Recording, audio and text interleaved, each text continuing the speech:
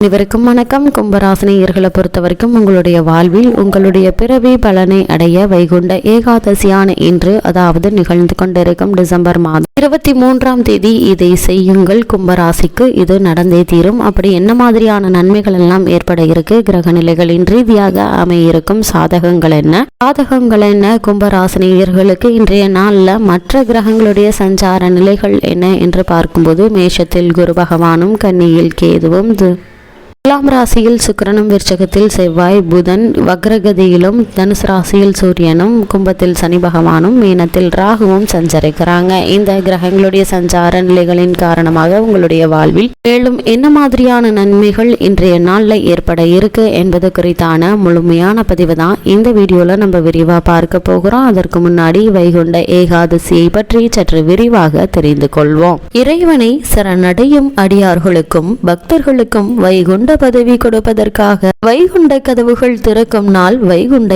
ஏகாதசி. இந்த வைகுண்ட ஏகாதசி நிகழ்ந்து கொண்டிருக்கும் டிசம்பர் மாதம் 23ஆம் தேதியான இன்று திறக்கப்படுகிறது. பொதுவாக ஏகாதசி விரதம் மகிமை கொண்டது. இது ஒவ்வொரு மாதமும் வரக்கூடியது. ஆண்டுக்கு 24 ஏகாதசிகள் உண்டு. அவற்றில் மார்கழி மாதத்தில் வரும் வளர்பிறை 11ஆம் நாள் வைகுண்ட ஏகாதசி என்ற பெயரில் அழைக்கப்படுகிறது. திருமாலின் திருப்பிடமான வைகுண்டத்தின் கதவுகள் இந்த நாளில் திறக்கப்படுவதாக ஐதீகம்.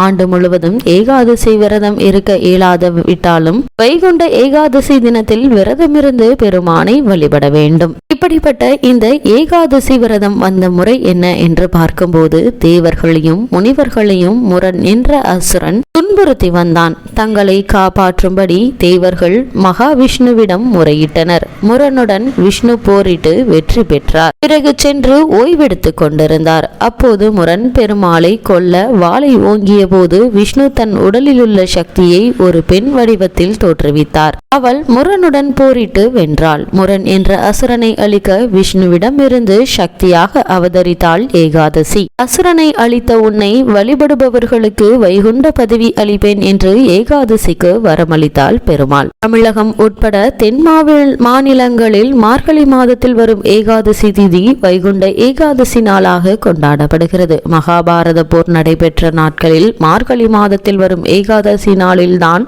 கிருஷ்ண பரமாத்மா அர்ஜுனனுக்கு பகவத்கீதையை உபதேசம் செய்தார். அதனாலேயே வட மாநிலங்களில் ஏகாதசியை கீதா ஜெயந்தி என்ற பெயரில் கொண்டாடி வருகின்றனர். இந்த ஏகாதசியினுடைய தத்துவம் என்ன என்று பார்க்கும்போது, ஏகாதசி என்பதற்கு 11ஆம் நாள் என்பது பொருள். ஞானேந்திரங்கள் 5, கர்மேந்திரங்கள் 5, மனம் 1 ஆகிய 11ஐயும் பெருமாளுடன் ஐதீகப்படுத்தி தியானம் இருப்பதே ஏகாதசியினுடைய தத்துவமாகும். இப்படி உடலாலும் உள்ளத்தாலும் பெருமாளுடன் ஒன்றி உபவாசம் இருப்பதையே ஏகாதசி புண்ணிய தினம் வலியுறுத்துகிறது. அது மட்டுமில்லாமல் இந்த ஏகாதசியான இன்றைய தினம் சொர்க்கவாசல் திறப்பு மிக விமர்சையாக கொண்டாடப்படும். மகாவிஷ்ணுவால் வதம் செய்யப்பட்டதால் பரமபத பாக்கியம் பெற்றவர்கள் மதுகைடவர் என்கின்ற அசுரர்கள் தங்களுக்கு கிடைத்த வைகுண்ட பேரு உலக மாந்தர்கள் அனைவருக்கும் கிடைக்க வேண்டும் என்று விரும்பினர். எனவே வைகுண்ட ஏகாதசி தினத்தில் ஸ்ரீரங்கம் வடக்கு வாசல் வழியாக உற்சவ மூர்த்தியாக தாங்கள் வெளிவரும்போது தங்களை தரிசித்து பின்தொடரும் பக்தர்களது பாவங்களை நீக்கி முக்தி அளிக்க வேண்டும் என்று பெருமாளிடம் பிரார்த்தித்தனர். அப்படியே அருள் செய்தார் பெருமாள். இதன் பொருட்டே சொர்க்கவாசலை திறந்து மோட்சத்துக்கு வழிகாட்டினார் திருமால். ஸ்ரீரங்கம் உட்பட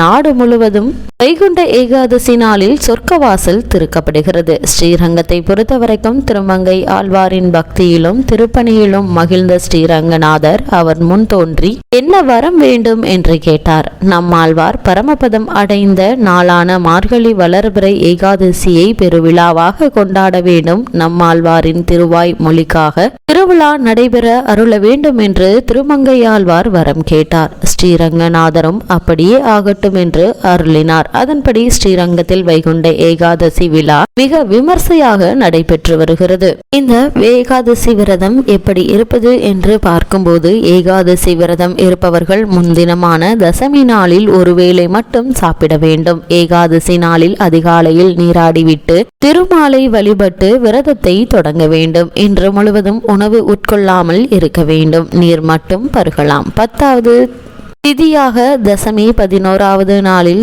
திதியாகி ஏகாதசி 12ஆம் திதியாகிய துவாதசி என்று 3 தினங்களிலும் விரதம் மேற்கொள்ள வேண்டும். மார்கழி மாதம் முழுவதும் அதிகாலையில் எழுந்து திருப்பாவை பாடி பெருமாளை வழிபடுபவர்களுக்கு சொர்க்கத்தில் இடம் கிடைக்கும் என்கின்றன புராணங்கள். மார்கழி மாதத்தில் வரும் வளர்வரை ஏகாதசியில் மகாவிஷ்ணுவை மனதில் நினைத்து கொண்டு எதுவும் சாப்பிடாமல் இரவில் கண் விழித்து விரதம் இருப்பவர்களுக்காக சொர்க்கவாசலை திறந்து வைத்து காத்திருக்கிறார் திருமால். அந்த ஐதீகத்தை சம்பிரதாய நிகழ்ச்சியாக வைகுண்ட ஏகாதசி தினத்தில் ஸ்ரீரங்கம் உட்பட அனைத்து பெருமாள் கோவில்களிலும் சொர்க்கவாசல் என்ற பரமபத வாசல் திறக்கப்பட உள்ளது. மறவாமல் திருமாலை தரிசித்து எண்ணற்ற நன்மைகளை நம்மளுடைய வாழ்வில் பெறுவோம். அது மட்டுமில்லாமல் இந்த ஏகாதசி திருநாளான இன்று வைகுண்ட விரதத்தின் காரணமாக என்ன மாதிரியான பலன்கள் நமக்கு கிடைக்கும் என்று பார்க்கும்போது, மகாவிஷ்ணுவை அதிதேவதையாக கொண்ட புதன் கிரகத்தால் ஏற்படும் தோஷங்களும் சனி பகவானால் ஏற்படும் தோஷங்களும் நீங்கி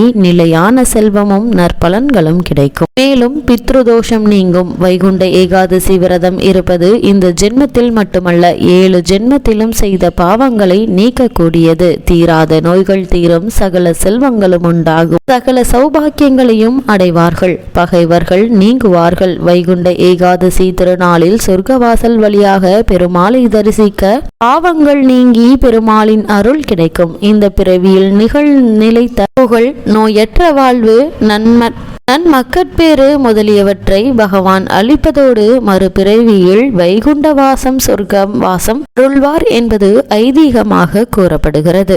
இவ்வளவு மேன்மைகளை கொண்ட வைகுண்ட ஏகாதசியான இன்றைய தினம் கும்பராசினியர்களுக்கு மேலும் என்ன மாதிரியான நன்மைகள் எல்லாம் ஏற்பட இருக்கு என்று பார்க்கும்போது, பிரயத்தில் இருந்த சனி பகவான் வக்ரம் நீங்கி ராசிக்கு வந்து விட்டாருங்க. இருந்தாலும் நாம் திரும்ப சொல்வது போல தனது சொந்த ராசிக்கு என்னதான் ஏழரை சனியாக இருந்தாலும் பெரிய அளவுக்கு தீமைகள் செய்ய மாட்டாருங்க. இருந்தாலும் இதிலும் தாமதமும் தடைகளும் இருக்கும் என்பதால் முன்னேற்பாடுடன் நடந்து கொள்ள வேண்டுங்க. கும்பராசினியர்களை பொறுத்த வரைக்கும் குரு வக்ர நிவர்த்தியாகி மேசராசியில் சஞ்சரிப்பதால பொருளாதாரத்தில் நிம்மதி இருக்குங்க. இவ்வளவு நாட்களாக ஏற்பட்டு வந்த தடங்கல்கள் தாமதங்கள் தொழில் மற்றும் வியாபார ரீதியாக நீங்கி நல்ல ஒரு முன்னேற்றத்தை ஏற்படுத்தி கொடுக்க இருக்குதுங்க. செய்ய வேண்டிய காரியங்களை சிறப்பாக இன்றைய நாளில் செய்து முடிக்க இருக்கீங்க. கடன் சுமை இருந்துச்சு அப்படின்னா அவற்றை அடைத்து நிம்மதி பெற இருக்கீங்க. கொடுக்கல் வாங்கலில் தாராளம் இருக்குங்க. தூரத்து உறவினர்கள் உங்களுக்கு உதவிகரம் நீட்டக்கூடிய ஒரு நாளாகவும் இன்றைய நாள் அமைஞ்சிருக்குது. உத்தியோக மாற்றம், வீடு மாற்றம் உண்டாக இருக்குதுங்க. இந்த மாற்றத்தை கும்பராசினியர்கள் ஏற்றுக்கொள்வது